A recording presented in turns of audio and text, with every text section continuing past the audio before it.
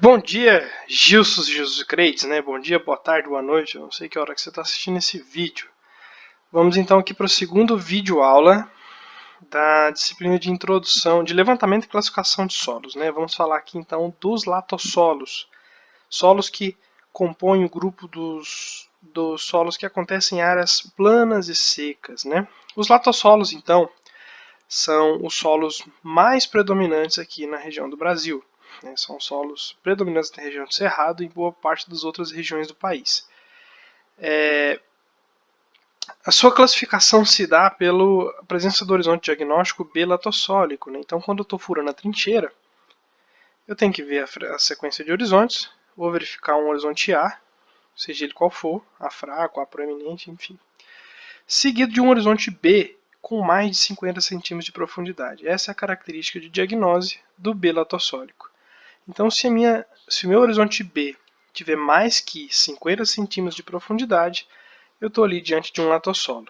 Lembrando que eu não posso considerar os horizontes transicionais em caso de transição gradual, aqueles AB e BA. Eu tenho que contar só de horizonte B mesmo, tá? Dentre os tipos de latossolo que temos, o segundo nível categórico é dado por conta do seu aspecto visual, da sua cor, né? Então, temos o latossolo vermelho, que compõe 38% dos latossolos brasileiros, latossolo vermelho amarelo, que compõe outros 38%, latossolo amarelo 23% e latossolo bruno. São classes de solos que, quimicamente, apresentam limitações. São solos muito evoluídos, solos antigos, né, muito intemperizados, apresentam argila de baixa atividade, né, então por esse motivo a gente tem baixa CTC. A argila predominante dos latossolos é a argila 1:1, a caulinita. Tá? A gente tem exceções? Sempre, mas de modo geral, a caulinita é a argila predominante dos latossolos. Tá?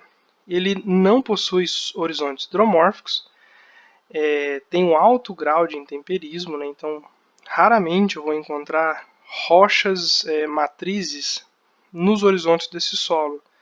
Por esse motivo que são solos muito profundos, né? São solos que já foram gastos intemperizados por milhares de anos.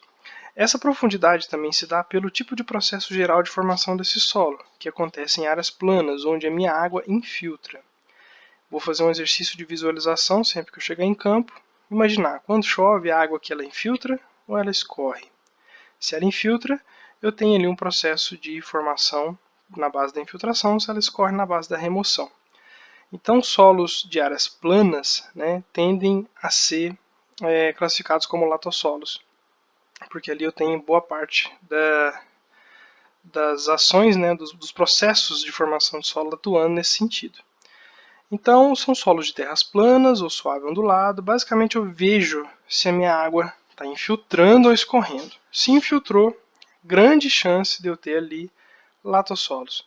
Posso ter outras classes de solos? Claro, né, como por exemplo o cambisolo, que seria um latossolo jovem, né, um solo que ainda vai se tornar um latossolo. Então, por isso que ele também é encontrado nessas regiões. Dentre os latossolos que a gente tem, destacamos 4.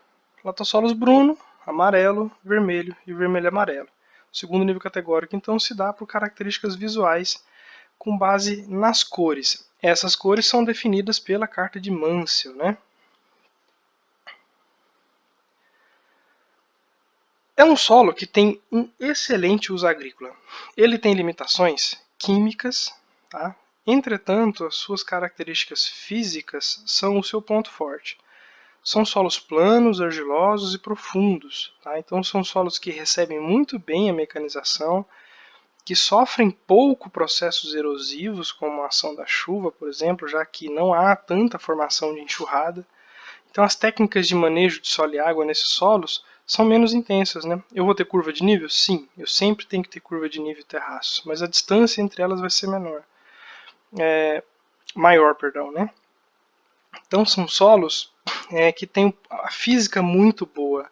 A química segue o mesmo sentido? Não. A química dos latossolos é problemática. A gente tem solos ácidos, a gente tem solos com a CTC baixa, solos distróficos, né, com fertilidade baixa, saturação por base baixa, são todas características pouco desejadas para o cultivo agrícola, embora características químicas sempre podem ser alteradas.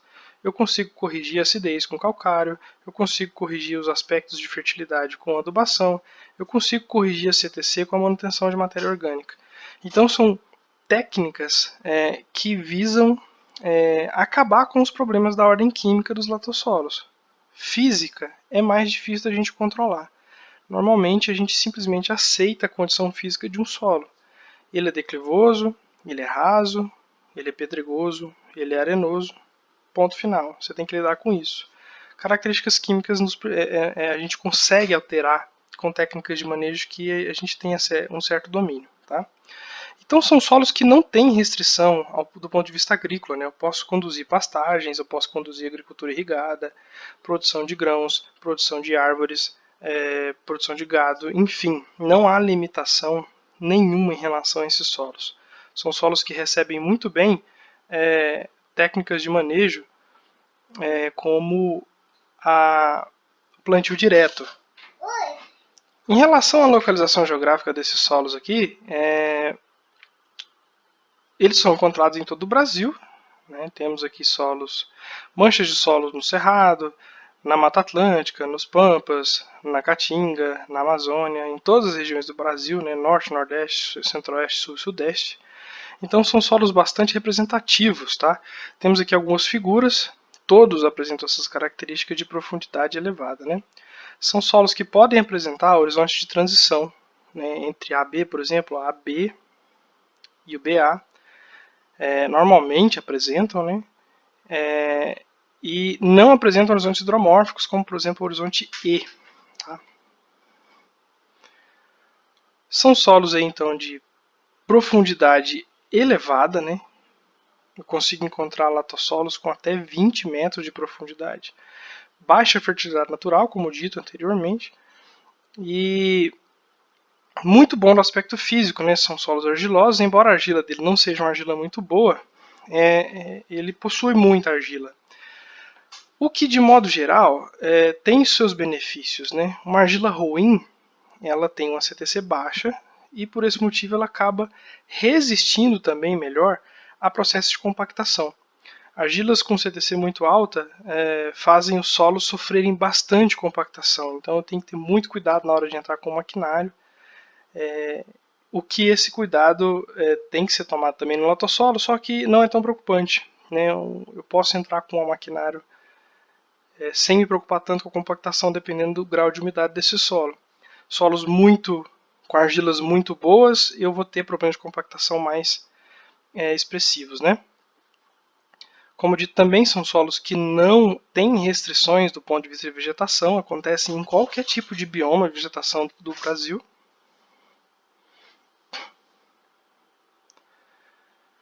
Como características físicas, podem apresentar transição gradual entre horizontes e também podem ter uma transição abrupta, né? Vai depender muito da característica, não é regra. Relevos planos e suaves ondulados, solos profundos, variam de textura franco-arenosa a muito argilosa, de modo geral esses solos são bem argilosos.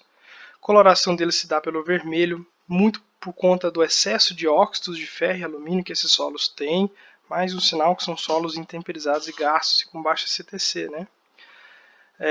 Possui uma boa porosidade, né, um bom aspecto de estrutura desses solos, e são solos bem drenados, né, então raramente você vai topar com um latossolo em condição de hidromorfismo, raramente, para não dizer nunca. Né.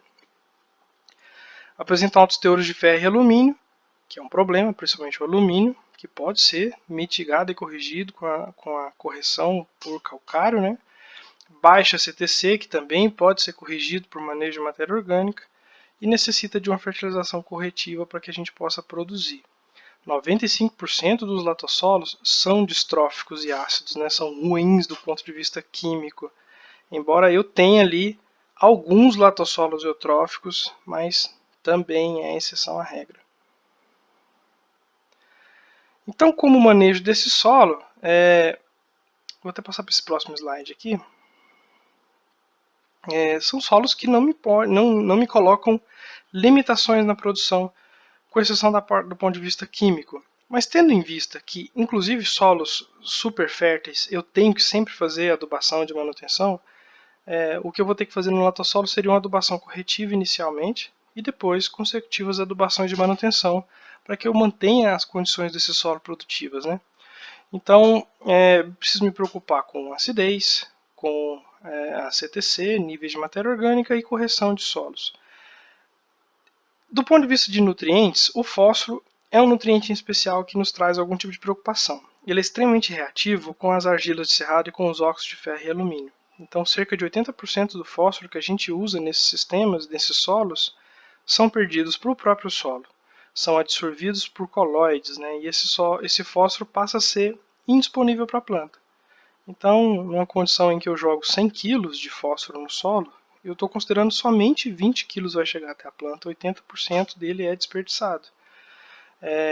Não tem muito o que ser feito em relação a isso, a não ser usar técnicas de manejo, matéria orgânica pode diminuir essa perda, e futuramente as pesquisas indicam aí que a gente vai ter organismos solubilizadores de fosfato que vão diminuir essa perda e quem sabe até redisponibilizar esse fósforo que foi imobilizado no solo para a planta. Então a pesquisa tem um bom caminho para andar aí na produção agrícola em solos oxídicos em relação ao nutriente fósforo. Tá? Isso aqui é só uma tabelinha resumo, né, de todo o vídeo. Uso agrícola, um solo muito bom para o uso agrícola, tem limitações somente químicas, que a gente já vai falar aqui, né? Acontece em áreas planas e secas, né? Raramente eu vou encontrar latossolos em áreas de declive ou em áreas de várzea. Posso encontrar, mas isso aí tem que ser investigado, obviamente. Esse solo pode ter sofrido modificações. E quando esse latossolo foi formado, aquela região, por exemplo, era plana. Né? Então tudo tem que ser verificado. Profundidade, solos profundos.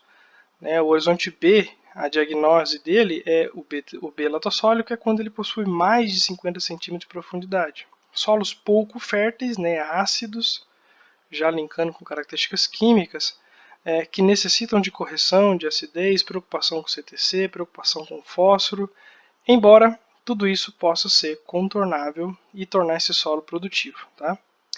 Tipo de vegetação não há restrição, ele acontece no Cerrado, na Mata Atlântica, na Amazônia, enfim, qualquer tipo de lugar. Não é a vegetação que define o solo. Características físicas também, linkado com a aptidão agrícola dele, com o manejo, solos profundos, solos argilosos, solos planos, recebem muito bem mecanização. Então, em conjunto, os latossolos são solos bem produtivos. Na década de 60, quando a Revolução Verde começou, que descobriu-se técnicas de correção da química do solo, transformou o cerrado e os latossolos numa das áreas com maior potencial produtivo do Brasil e do mundo. Então é isso, qualquer dúvida, entre em contato, estamos à disposição. Fique em casa, aquele abraço.